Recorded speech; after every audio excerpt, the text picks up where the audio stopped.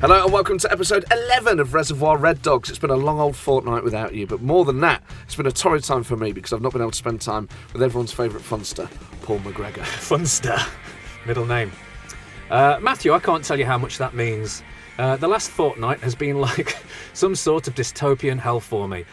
I've been aimless, lost to a world of conspiracy theory YouTube videos and baked bean sandwiches. On a brighter note, I'm really excited about going out this afternoon and buying some new boxers I really like the look of. Oh, there's more, is there? I'll tell you now, comfort is everything. That's rubbish, Matt. Thanks, Paul. Don't forget to leave us an iTunes review. Follow us on Twitter at RRD1865 and email the show. Well, I'm running out of ideas, to be quite frank. You really are. You should just let me do them. If you brought an intro, I'd have read it out. You normally text me and say, can you do the intro? Because, I'm quite frankly, I can't be bothered. Okay, well, you do the next couple. That suits me fine. Am I in the right studio? Yeah, I'm really sorry about this, Ian. Do email us, RRD1865, and what a show we've got for you today. We've got the results of last month's Trickle Trio. We're joined by a unique player in Forest history, our second all-time appearance maker with 564 games for the Reds. He played in pretty much every position for the world's greatest football team. Scorer of the decisive goal against Cologne, winner of multiple trophies with Forest. It's Ian Bowyer. Flicked on, there's Bowyer! Yes, he's got it! Bowyer just inside the 6-yard area and the flick on, and the man who's played in so many places for Nottingham Forest has the face of utter delight. The curled corner, there was the back flick on, and there's Bowyer in the 6-yard box unmarked, who curled it inside and into the roof of the net.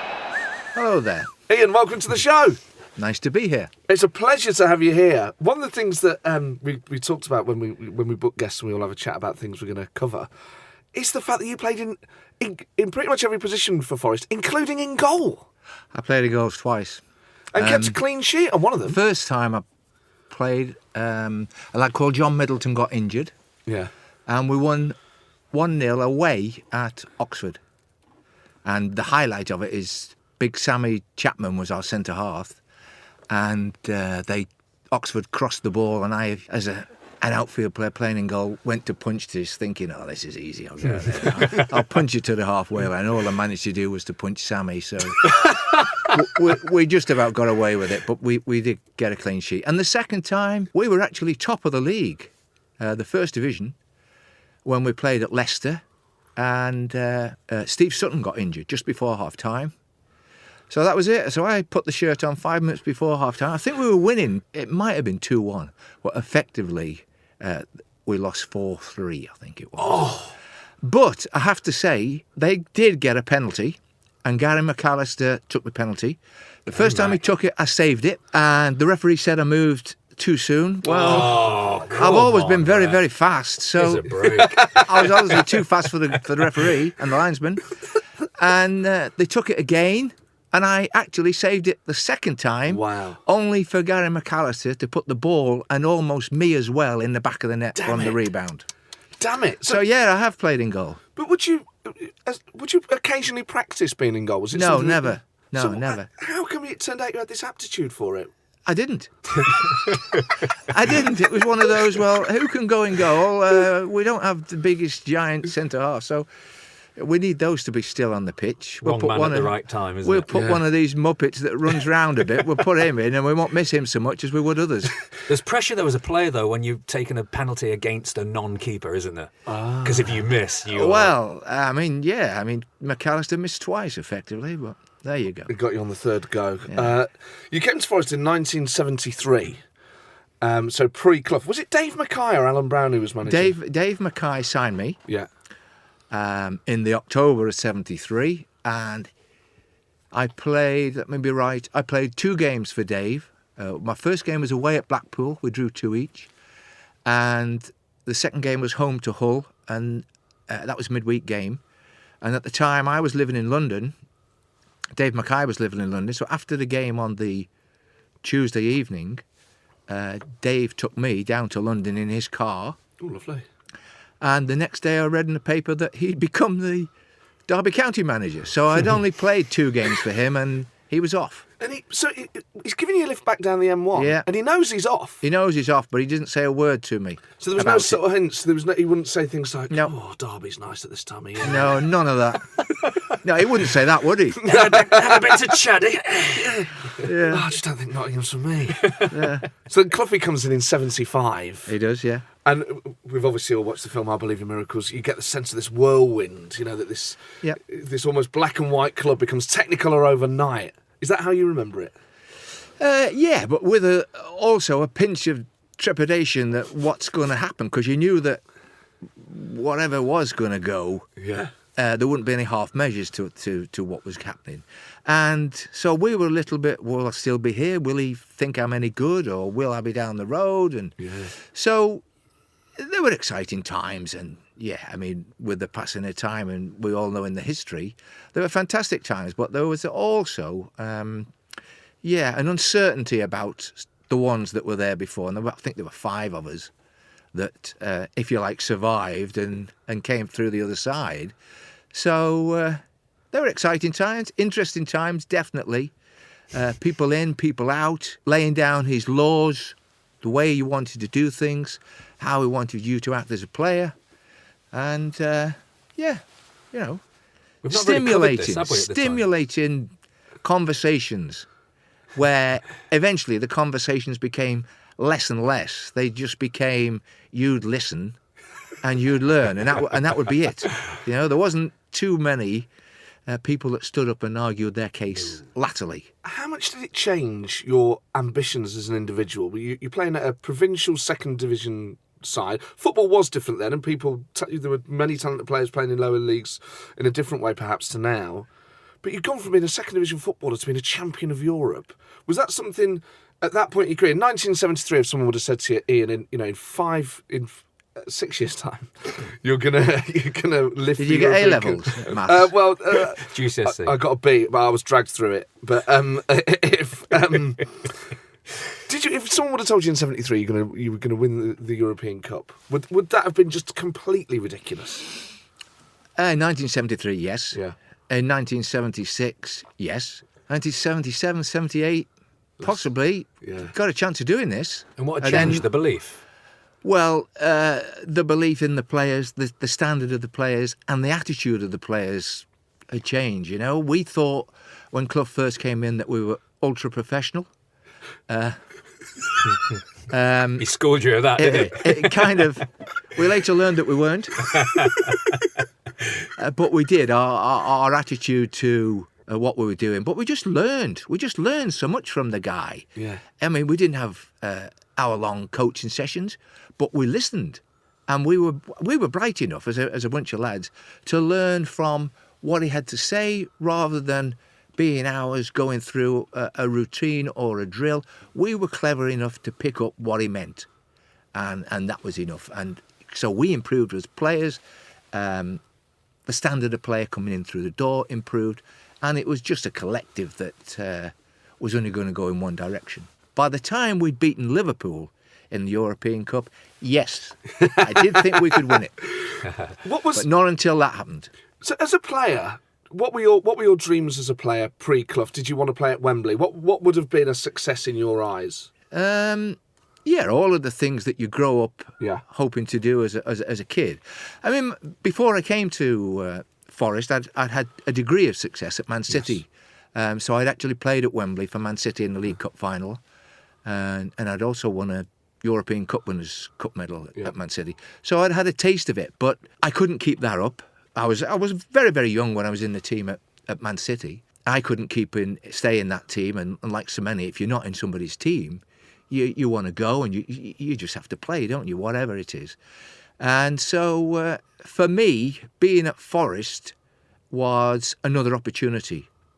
And as we get a little bit older and we start having kids and, our responsibilities change and you become a little bit more determined because of a situation, you have to do this because that's the only way you're going to clothe and feed people, then it does come back to you and you're all of a sudden, what used to be, I don't know if I can do that, I'm not sure. Do I really want to do that? You do it because that's the way you get the bills paid and all the rest of it. So there was a degree of that going on with everybody in the club. It was, obviously we've all watched the film, we're all obsessed with it. It is one of the great romantic stories in the history of football. Not everything went Forest's way, particularly after 1980. A lot of people reflect on that Anderlecht game now. In 83-84, you are in the 6-yard box when Paul Hart scores what is a disallowed goal. What exactly happened with Anderlecht? Well, we won the first game 2-0. Okay. And we think, well, they've got to score 3 goals. That's not going to happen because we didn't really concede an awful lot of goals. And then we go there and they get a dodgy penalty, which can happen when you're away from home. That can happen in Europe. So we're 2-1. They get it to 2 each, obviously. And then 3 minutes some time, Paul scored what I thought was a good goal. It was from a corner, chipped it in the near post, and Paul headed the ball in. The Spanish referee blew up, gave the free kick. To this day, I really don't know why. But it later transpires that perhaps I did know why, for a different reason other than footballing reasons. It's a standout memory from after the game. I mean, I can be sarcastic, and when you think you're hard done by a referee, you're not the best of pals with them, are you? But I can remember going to shake hands with the referee after the game. Yeah.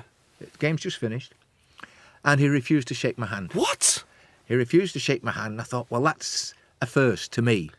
And that kind of, not at the time, I didn't think, but as I look back at that now, and I'm thinking, that's not right. It's weird. It's not right. If nothing else, it's deeply odd. Yeah. Because I understand a player not wanting to shake a referee's hand. But... Well, yeah. I mean, I'm only doing it out of sarcasm and to say to her, thanks, but not really meaning it. That is peculiar, isn't it? Did anyone go to jail for that? I don't know. Not the shaking of the hand. I don't think that's a punishment. I don't think that's a crime. Frowned upon, maybe. Yeah. You played an incredible amount of games for Forest, 564. Yeah, 2 good ones. There's no one playing...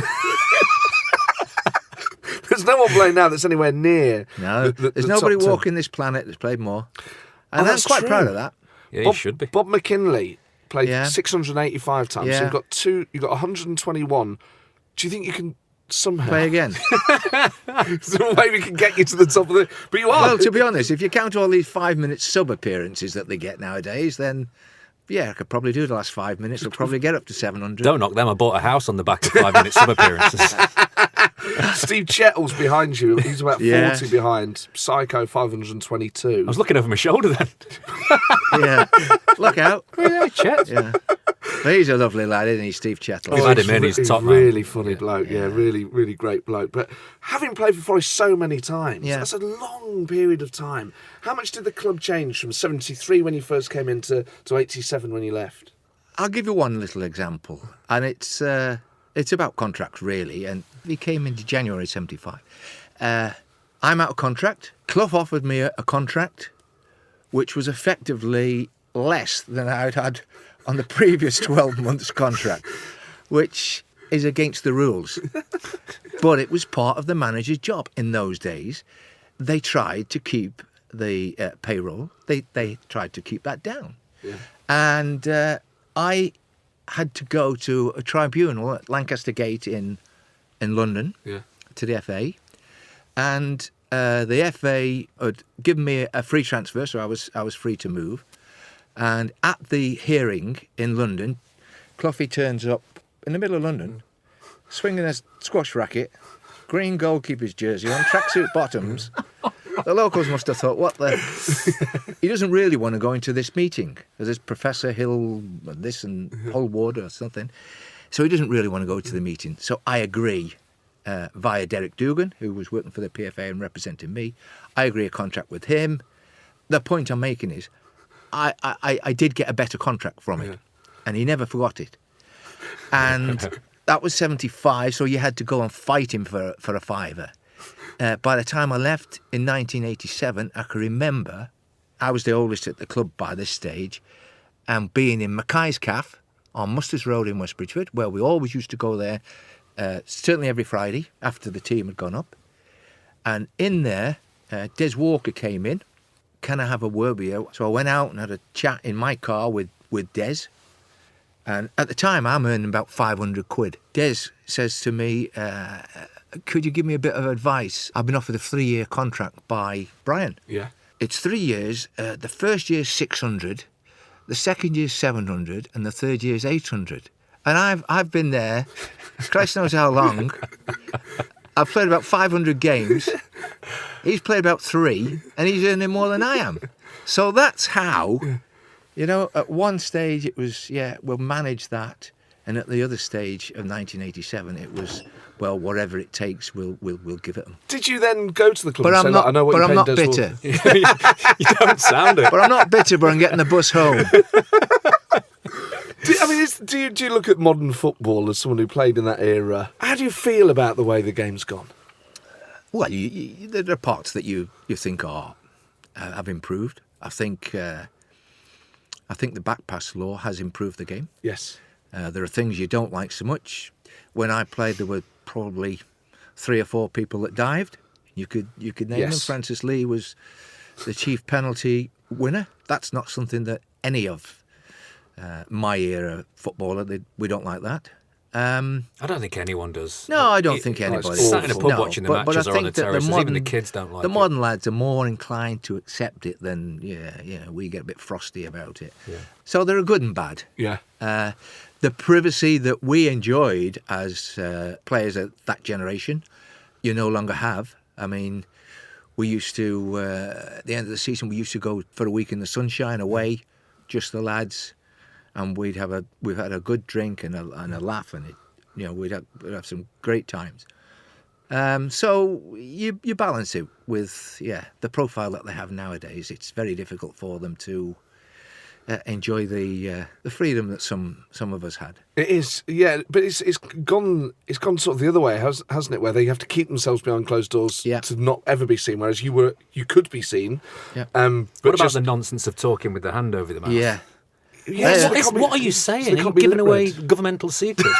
They must what have are they there must be saying? some terrible bad breath. Maybe that's what it is. That's what it is. That's what it is. Sorry, man, I just had garlic bread. You played top in the second half. Yeah, I've had curry. You're all right.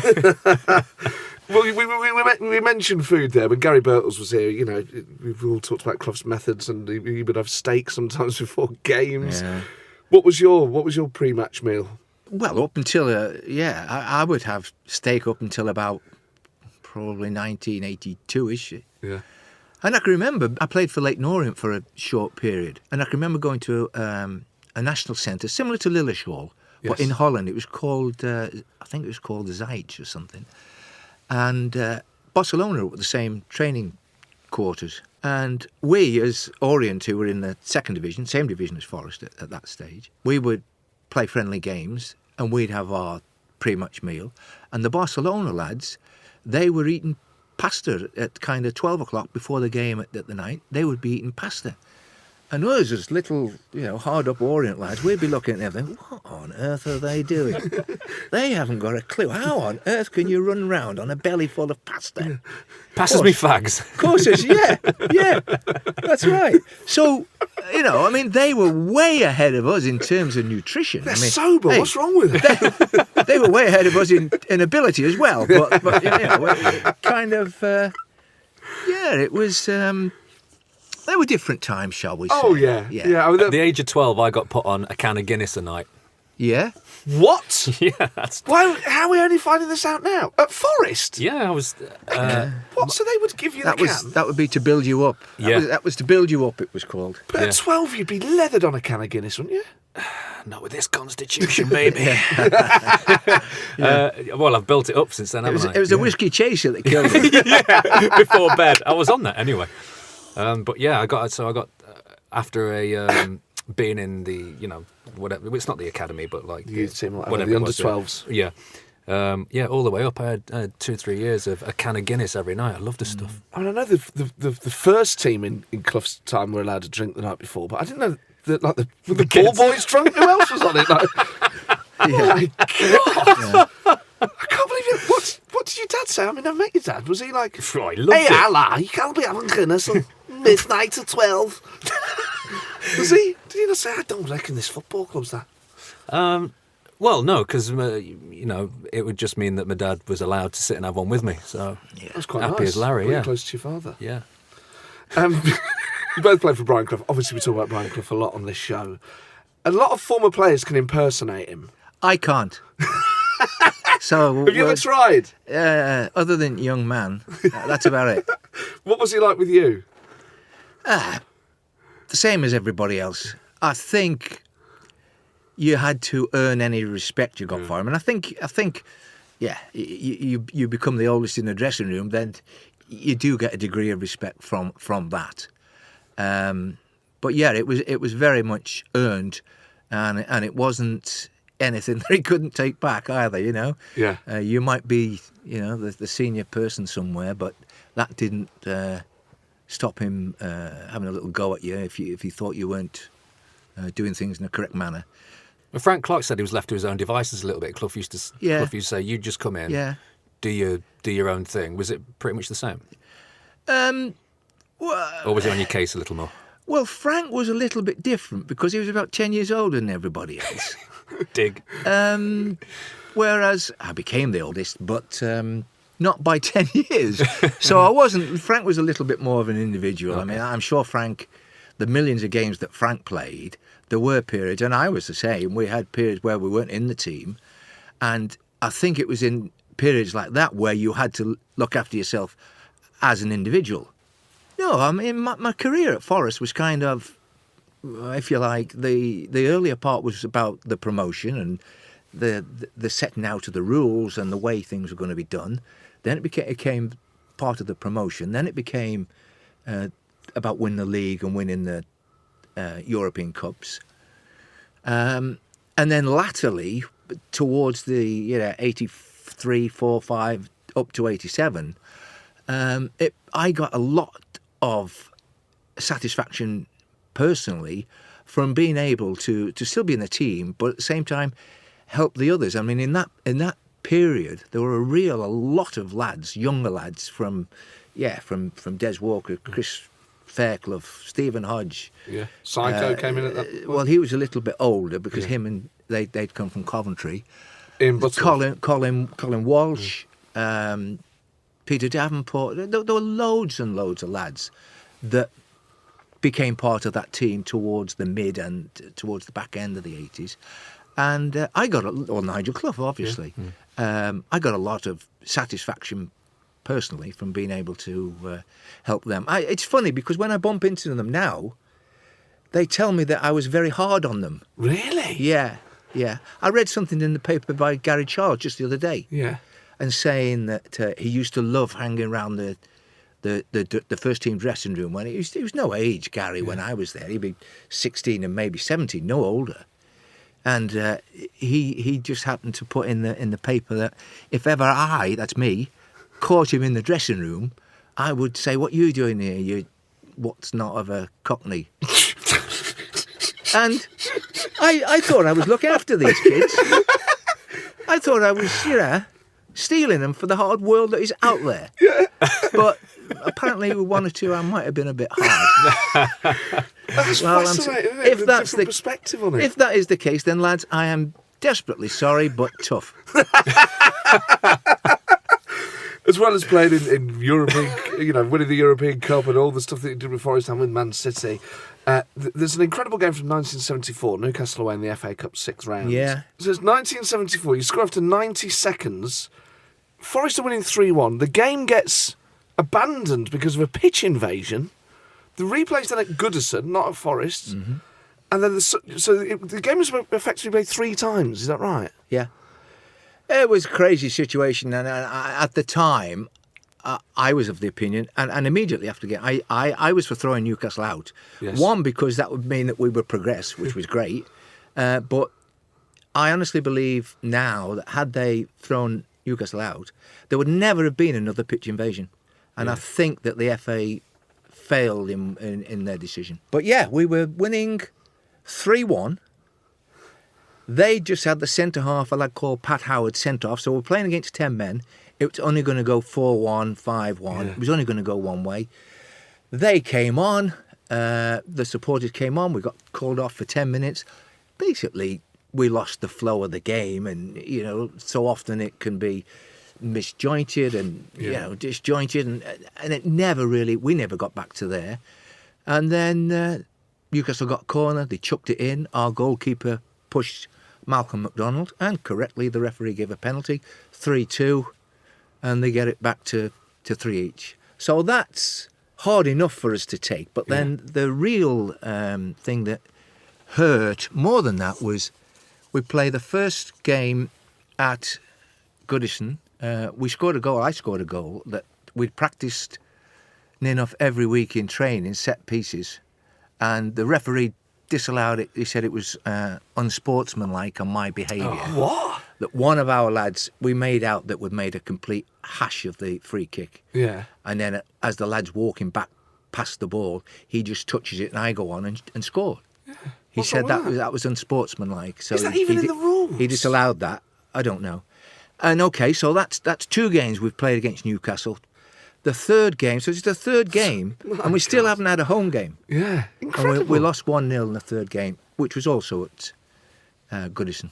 Absolute nightmare. So, I mean, I think now if the FA were to look back at that has to be one of the most crazy, most stupid episodes of their history, that, you can have 3 ties in an FA Cup, none of them at home. That's incredible. I mean, that has to be unique. It can't be.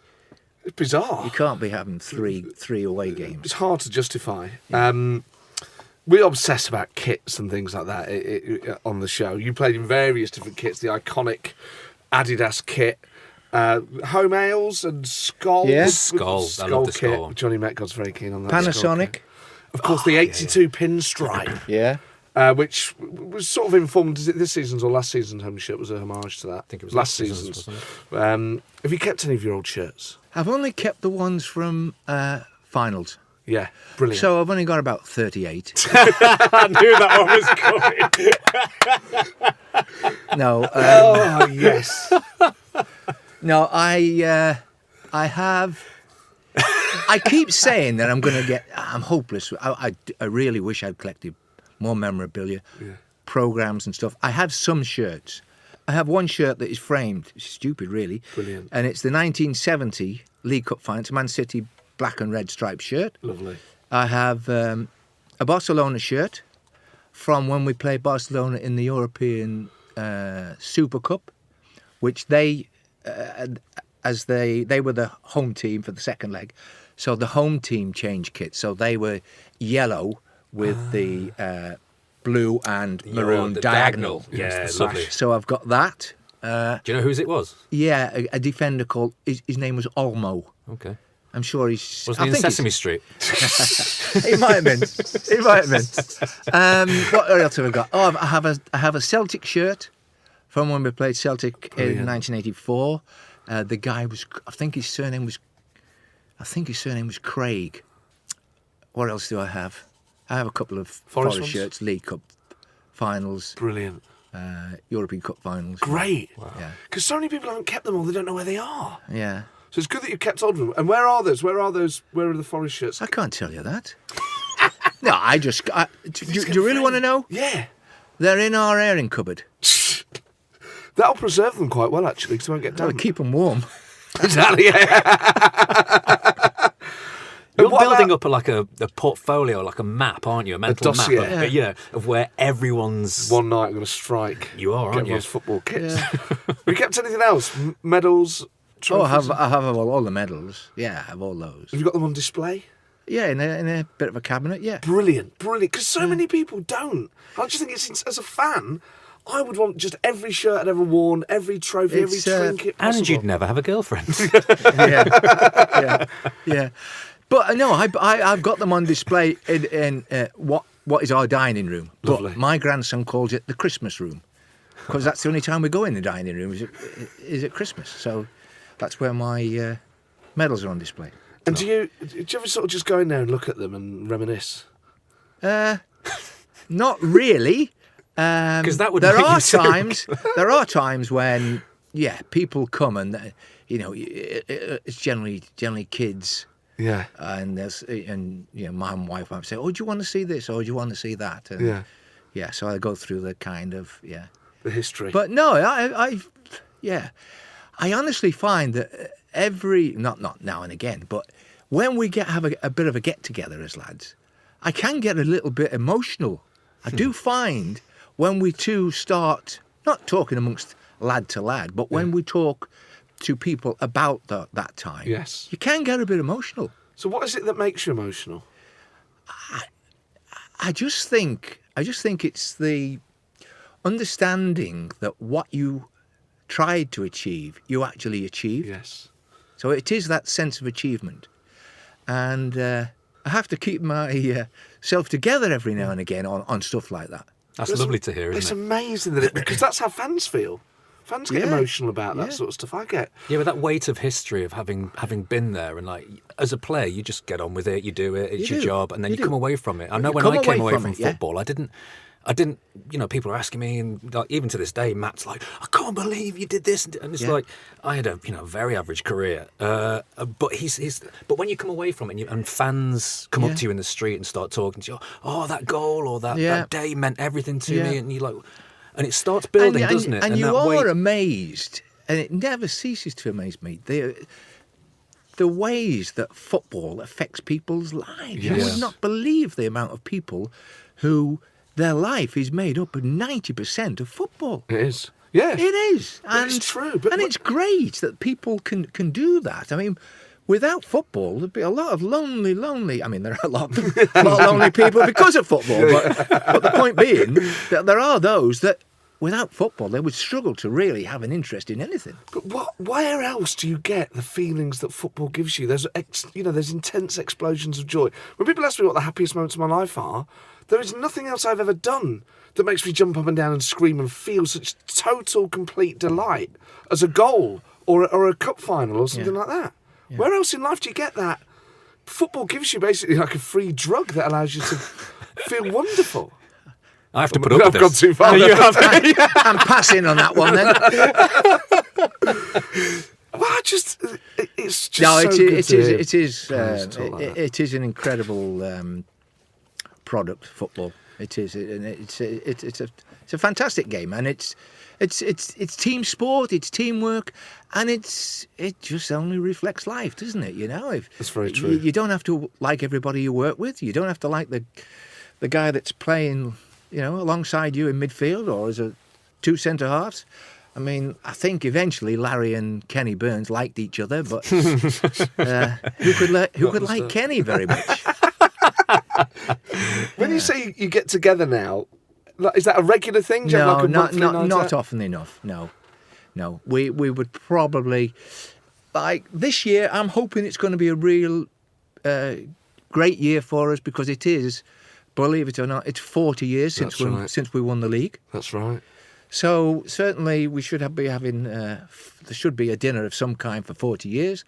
Then next year it'll be 40 years since we won the European Cup for the first time. So I'm hoping the next 3 years we should be seeing a little bit more of each other. It. That's why the film was obviously wonderful for fans. It must have been. And on a brighter note, none of us has died yet. So that's true. It. So you're not sure. Every time you turn up, you think, "Hang on, is this going to be the last one?" Who's your money on? Well, I don't know. It used to be on Robbo, but he's doing great. He's fantastic. I suppose a nice way to look at it is who Does this will go last out the before longest? 9 o'clock? Well, this is the thing. It's a podcast that can go at any time. Right. Who will last the longest, I suppose, is a nice way of looking at it. Okay. Oh, well, hey.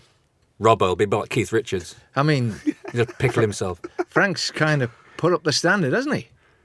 He is. We've got to beat 88 now. Frank's 88? Yeah. You're kidding me? No. Did you not know that? You're kidding. I don't believe him. That's... I can't believe I took the bait. I took the bait like a fool. Frank is fantastic. I can't believe I took the bait on that. No. Oh, no, Frank is crap. brilliant. He's brilliant. And I heard him before saying what a great professional he was, and he was. He was trying to pour different drinks down us. I mean, healthy drinks. Oh, right, I see. It sounded like it was a dentist No. chair. No, he was trying to get. What was it? I think there was a drink called Dynamo or something, and yeah, Frank had got this, and this was the answer to everything. You were going to run for about 3 hours and not be tired. Sounds like Lance Armstrong. So he was, Liquid gold. he was ahead of the game, Frank. He really was. He really was. Who was, if Frank was the most professional, who was the least? Come on. Well, just give me 2 seconds. That's long enough, Robbo. It's all we're after, isn't it? It's all we wanted. No. Well, we sort of knew. We knew the answer. Yeah. No, I mean, those things change, don't they? I mean, Yeah. you know, to a degree, you could get away with things, having a drink and one thing or another, and you could get away with it at the right time, at the right night, simply because the other team were doing the same things. Yeah. That's Not right. because if you everyone's became. doing it. If Yeah. everybody's doing it, I mean, if everybody turned up 3 o'clock at the City Ground and everybody's drunk, and it doesn't matter, does it? If the other team's drunk, Ball boys. the ball Youth boys. team. If you're not drunk, you're not getting in. We have a regular feature on the show called Trick or Treat. Now, this was quite a few episodes ago, best part of a month ago, in episode 8. There was a fact that David Cameron and Gordon Brown are both played for Forest. Now, you've got everyone right. You said it was false. This is the first one I've got wrong, I think. So 67% of people on Twitter said it was trick, that it was false. 33% said it was true. It was true. But it wasn't the David Cameron and the Gordon Brown. There are two Forest players, I think in the 20s, a guy called Gordon Brown and a guy called David Cameron. So Disappointed with myself for not picking up on that. Yeah, you should have known that one. Well, let's see if you can get this. Let's see if we can get this one. Is this true Go or on, false? Macca. Trick or treat? Here we go. Ex-player and 90s sensation Gary Bannister signed for Forest after successful spells at QPR and Sheffield Wednesday. What you might not know is what he did after playing for Forest. Plagued by lame jokes about his surname, he succumbed to a spectacular piece of nominative determinism and opened an interiors company called Gary's Bannisters. Using his football money, he invested in a lathe and some gloss and perfected the ancient art of banister making. He had some notable clients too. Dave Benson Phillips got Gary to repoint a staircase in his two-bed semi, and Adam Woodyat, Ian Beale from EastEnders, had Gary do a double banister in his Ibiza mansion. Woodyat described Bannister's handiwork as, quote, the best I've ever seen, and that's saying a lot. Bad banisters have been the bane of my life, no messing, and Gary's finally allowed me and my family to get on with our lives. In what sounds like one of those made-up facts that people hate, he later went into business with Steve Stone to make stone banisters, but the saturated Temple market proved to be fruitless for the pair. You see, you had me halfway down that. What do you mean? Because I thought there might have been something in the DNA. Do you know when we had Johnny Metcod in? Yes. And I questioned his name with, is it something to do with Yeah, with God. Metcod? And he said it was with God. So there's something in last names. Yes, there so is. there might have been something within the DNA where, it's his family have done stairways or banisters or whatever in the past. Bowyer is Bowman. It's a Welsh surname. Yeah, Oh, it's that's a right. Welsh, Literally. Welsh, yeah. A maker of bows. A maker of Bowyer. bows. So there we go. So there might be something in that. But then you just went too far, I think. And any story that involves Adam Woodyat, including him getting married or whatever, just is false. Yeah, that's false. It's got to be false. Could be false. We will find out in Yeah. 2 weeks. We had the voice of Johnny Owen there, who produces the show. How are you doing today, Johnny? I'm very good, thank you. There's a really interesting. Appleby is out. Appleby just now. He just said to me in his drone. Go on, tell him what you just said. Bannister. He went in. Gary Bannister, who, by the way, had one leg longer than the other, went Yeah. into hotel maintenance after he finished playing, which means he may well have fixed some banisters. There you go. That's right. Did he really have one leg longer than the other? Apparently so. By how much? About a foot, I think, having watched him play. That's why he was so good on the turn, wasn't it? Yeah. Turn on the sixpence.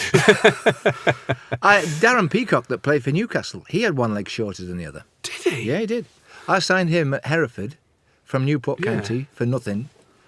And he'd broken his leg, and one of his legs was about an inch shorter than the other. Did he one. wear orthopaedic boots? He had a heel that was, yeah, he did. I mean, an inch is a lot. Yeah, it is. You know, if you You'd just know. imagine how much a coffee Yeah. It is. An inch is everything. Like. It is if it's all you've got. I mean, that would be. I mean, if you think how much a coffee table Yeah, wiggles on millimetres, an inch. yeah. You couldn't eat your dinner off an inch. If you had a table Don't put your cup of tea on his head. Unless you stick a beer mat under his foot. I was going to do that until I found out that he had one leg longer than the other. It's the snooker table beer mat one, isn't it? Oh my word! Oh, well, that was good fun. Oh, I was gonna start a new thing. I don't know if you had this in your time. in Forest, Ian, but when you had to do interviews for magazines and things, you know, you get magazines as a fan like Shoot and Match and whatever was around, and they'd have like little fact files on players, like your favourite drink, your favourite. So I've just got 5. I think they were phased out for a reason. What, tedious? Tedious is one of them. Okay, well, let's find out how tedious.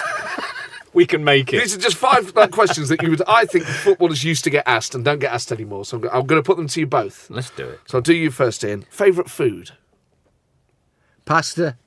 Yeah. Any particular dish? I do like tagliatelle. Oh, lovely. Favourite drink? I'm not much of a drinker. I'll have a glass of red wine. Oh, nice. Any particular type? I like Merlot. Oh, Merlot's lovely. Favourite film? I like Midnight Express. Nice. It's probably the last time I went to the... Oh, of course, I believe in miracles. I believe in miracles, Yeah, yeah. that's it, yeah. We are contractually obliged. Yeah. Do you have any fears? What are you scared of? Ooh, what am I scared of? Have you ever had an MRI? No, I haven't, no. Don't like that. I fall asleep in them. I really enjoy them. Ooh, I find Bit that's a little claustrophobic. bit, yeah. But then I do listen to a lot of European techno and stuff and, Yeah. and noise Yeah. bands. You weirdo. You wouldn't. You would just think you were in an MRI. Yeah. Beep, beep, beep, beep. Yeah. Are you into European techno music? No, not really. No? Okay. Oh, yeah. Who's your favourite musician or artist? I like the Killers. Oh, I love the Is Killers. that up to date enough? That's very up to date. Yeah. I am opting out of this conversation. Yeah. The Killers are fun. Have you ever seen them live? No. I saw them at Rock City. Mormons, aren't they? Well, he is, yeah, Brandon Flowers. Brandon, I think yeah. they're amazing, the Killers. And what's your favourite Forest memory? Ooh, probably the final whistle of the 1978 League Cup final. When we beat Liverpool at Old Trafford. Wow. Simply because Liverpool had a lot of the ball, to say the least. And we defended, and I think by the time it got to the last 5 minutes, I think we were just about shot. Yeah. And the sound of that whistle was absolute heaven. I don't think we're ever going to beat that as an No, answer. no. I mean, that's because it's not a goal. Like, there's something special about the end Lovely being the whistle. celebration. Lovely whistle. So, Paul McGregor, what's your favourite food? I said I've had time to think about this and I'm stuck already. I think I'm going to go risotto. Okay, so what are the other... Bit of a soup, either a soupy risotto, maybe a curry. Okay, but you're vegetarian, aren't you? I am, yeah. How long have you been vegetarian for? About 10 years. I'm going to go for a paneer chickpea curry or a nice yes, dal or nice. something You like know that. what? I started making madras from scratch. Oh, go on, Right? talk to me. I made my girlfriend's vegetarian, so I'll make a tofu madras. That's amazing. I'll cook it for you one time. Please do. Cook it for you 2 times. What's your favourite drink? A nice pale ale. Oh, any particular I ones? like Harvest Pale. Good local brand. It is, yeah, but we do this thing at the pub where it's like ale of choice. So that's a Do good this thing, session. yeah, that's what most people do at the Oh, pub. do they really? Ale of choice? Go Do on, this it's thing your at the round. You bring us back something fun. Oh, I see, like dealer's choice. Yeah. Ooh. I like that one. That's a good one. I once had a pint in New York, in Chelsea in New York, of pumpkin pie ale. And it tasted like cinnamon and pumpkins. No, don't. Can only not- have one pint don't of want that, sweet. really. Yeah. Favourite film? Rocky IV. Oh, wow. If he dies, he dies. Sounds like you talking about your film. break you. I've got a thing about Rocky IV, though. I mean, I like loads of arty films, all that kind of stuff, but Yeah. there's just not a single film that everything about it is just perfection, and you are jumping in the air at the end of it, aren't you? Well, In defence of Maka here, because now that we're talking about films, Rocky IV is one of the only films I've ever seen where the audience was chanting in a cinema. And Completely, yeah. Wow. Incredible film. And about the Cold War as well, obviously, Of course, the context of the time is very important. If I can change, you can change, we can change. Oh, it's beautiful. I've got a little tear. Favourite band or artist? It's a tough one, that, but I've got to go... The Beatles. Him and his Beatles. Get over it, Jesus. It's not often you hear a Scouse to say that. I love the Beatles, but good God, this country just needs to chill out about the Beatles. Can everyone out there just chill? I love them, don't get me wrong. I love them, but they are not the only band in the world. That's true. I'm not sure many people... Okay. They really do, though. Who's your favourite? I've got to go Bowie. Oh, great. I yes. bounce between Bowie and Springsteen. Oh, Because you were pictured as, I'm going to tweet the picture out, I was watching an old season review video on the train earlier. As you do. In an Oasis t-shirt in the 90s. Yeah. But you've turned against them a bit lately. I've not turned against them, no. No, I've not turned against Oasis. No. But it was very much of the time. I don't think it's aged pretty well. I don't think a lot of the 90s have aged very well. Including some of the I footballers. think the 80s have. Included the footballers, yeah. Hello. What are you scared of?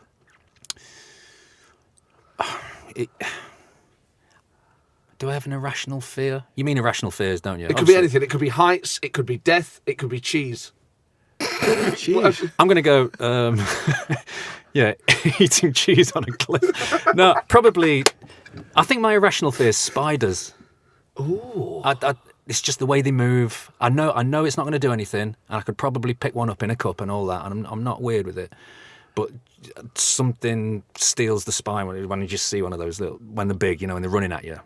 Yeah. And you can tell they know what you're thinking. Clever little things. They aren't they? You just said in normal length trousers. There's been a bit of stick about my kecks. Now I wear 50s peg trousers, right? Because I just really like them. And on some of the pictures, because I'm walking in the wind, they look like they're flapping a little, right? They are perfect length. I'll have everybody know. But because of this podcast, this pair, which are new today, which everyone will see, Lovely. Are an inch longer. And what's your favourite Forest memory? I've only got 3, Anna, so... Well, that week was pretty special, but if I'm going to rifle it down... Yes. I guess I've got to choose between Lyon and Man United. Yeah. Being a Liverpool supporter, scoring against Man United on my home debut. It's got to be, hasn't it? Yeah. On your home debut, That's you know fantastic. what I mean? This week's fan on the phone joins us all the way from New York. It's Carl Hudson, president of the New York Nottingham Forest Supporters Club. Carl, all the way from America. Good morning. Good morning, chaps. How are we? Hi, Carl. Well, thank you. Very good. We're very good here in Nottingham. So, Carl, how do you go about setting up a Forest Supporters Club in New York? With great difficulty. I had started visiting around 2010, and back in the day, the TV deals were obviously a little bit more different. So we would just get the random game 2-3 times a year, which went up to about 7-8 times a year. So there was a bar in Brooklyn that took pity on me, and they started showing a few games. And I made a Facebook page, started getting a bit of traction. I then ended up moving into the city, into Manhattan. Wow. And again, I'd been going to another bar to watch the games, and it just seemed like the right thing to do, really. It's kind of been helping people more so on holiday who are visiting New York City. They've actually got a place to watch every single Forest game now. So we've had about 15 on a good day. Oh, wow. So yeah, it's not too bad. It's not too bad. More weeks than not 15, but that's the record. So, but hopefully now, with the help of this, any Forest fans going to New York or Forest fans who live out there will know about you. How can they get in touch with you? If you just look it up on Facebook, it's the Nottingham Forest New York City Supporters Branch. We show all the games at a bar called Smithfield Hall, which is 25th Street between 6th and 7th Avenues, and they kindly show every game. So they're supporting us, the best they can. There was a guy out in Nottingham, a chap called Andrew Frogson, who made us our flag for free. We were trying to raise some money so we could have a big flag to hang in the pub, and he kindly did that. We had a guy called Steve Corrie who came over and wanted to do an interview on us. And so we got into some of the local newspapers as well back home. So it's been really, really good. Do like these New Yorkers walk into a bar and go, "Who the hell are Nottingham Forest? What's all this Robin Hood?" That Nottingham, is that in London? Do you know the Queen? No. Well, for the most part, they'll say, "Where are you from?" And I'll say, "Oh, Nottingham." They were like, "Oh, I love that movie." I was like, "Oh, which one? The Men in Tights or Prince of Thieves?" And I believe in miracles. No, the one with Hugh Grant in it. Oh, say, Notting Hill. Not Notting Hill. Not Notting Hill, Nottingham. So you have to explain. Oh, yeah, right. So you have to explain it to them, but then, you start explaining the history, which I won't harp on about, as we all tend to do, but Americans do like a good bit of history. So I think if we could make it back into the promised land, then I genuinely think, we would get more Americans wanting to be involved. So, Carl, more importantly, how do we get out and do a podcast out there with you? You're very, very welcome. Anytime you like, just reach out, as we say here in the US. And this is us reaching out. Yeah, we're doing it now. No problem. Yeah, if you can book flights and accommodation. Yeah, it sounds like grovelling to me. We're sort of begging. Carl, it's not beneath us, is it? No, God, no. No. But if you could get a sponsor or something, Carl, we'll come out for a couple of mil. Well, Stan Collymore, actually, he was over and he popped in, so we got to have a pint with Stan. Stan will pay for it then. So, Yeah. He must be loaded these days all over the Definitely. world. So, Let's give him a call. I'm sure he'll hook it up, yeah. Carl, hopefully one day we will come to New York and see you there. Thanks for joining us. You're very welcome. Speak soon. Thank you so much. Cheers, Carl. All right, take care. Bye-bye. Thank you. See ya. Bye-bye. Bye. Bye. Follow us on Twitter at RRD1865. Email the show rrd1865@outlook.com. And please do subscribe and share and leave us an iTunes review. Ian, it has been wonderful spending time with you. Good to get in. And here is a chant. I'm ready. Bomber! Bomber! Bomber! Bomber! Bomber! Bomber! On the wing. Not on the way.